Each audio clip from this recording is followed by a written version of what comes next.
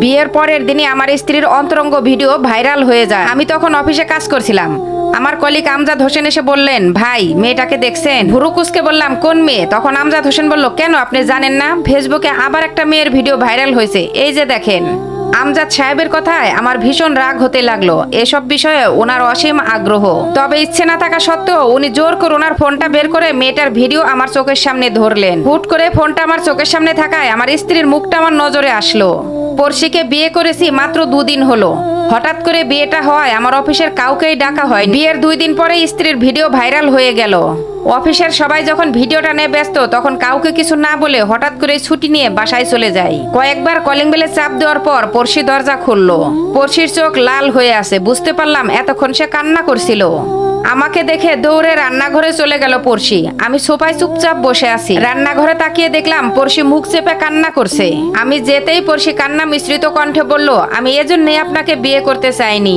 আমি জানতাম এরকম একটা কিছু হবে। ও যে একটা জানোয়ার, এটা জানতে পেরেই আমি ওর সাথে ব্রেকআপ করেছিলাম। তবুও এ কথা বলেই পড়শি আবারও কান্না করতে লাগলো। পড়শি সত্যি আমাকে বিয়ে করতে রাজি ছিল না। আমি জোর করে ওকে বিয়ে করতে রাজি করিয়েছিলাম। বলতে গেলে পৃথিবীর শ্রেষ্ঠ বেহায়াপনা করেছি পড়শিকে পাওয়ার জন্য। বিয়ের আগের দিন পড়শি আমাকে বলল, আমার একটা ভয়ঙ্কর অতীত আছে, এটা জানলে আপনি কখনোই বিয়ে করতে রাজি হবেন না।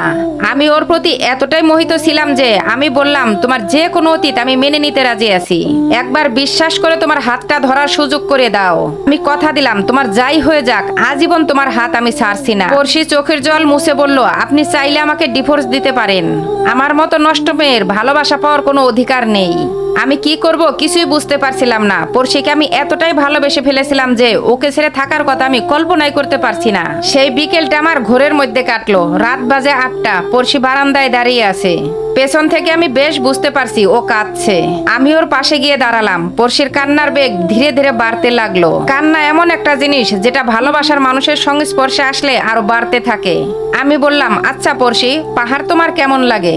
পড়শি চোখের জল মুছে হতভাগা চোখে আমার দিকে তাকালো। আমি স্বাভাবিক স্বরেই বললাম, চলো আমরা পাহাড় থেকে ঘুরে আসি। আমার মনে হয় পৃথিবীর শ্রেষ্ঠ সৌন্দর্য পাহাড়েই লুকিয়ে থাকে। বিকেলেই ট্রেনের টিকিট কেটে রেখেছিলাম। রাত 9টায় ট্রেন। পড়শিকে নিয়ে স্টেশনে রওনা হলাম। পুরো রাস্তায় পড়শি একটা কথাও বলল না, বারবার করুণ চোখে আমার দিকে তাকাচ্ছিল। আমরা ট্রেনে উঠলাম। ঝকঝক শব্দে ট্রেন চলতে আরম্ভ করলো। বাতাসের তীব্রতায় পড়শির চুল প্রচন্ড গতিতে উড়ছে। পড়শিকে নিয়ে ট্রেনের দরজার সামনে দাঁড়িয়ে রইলাম।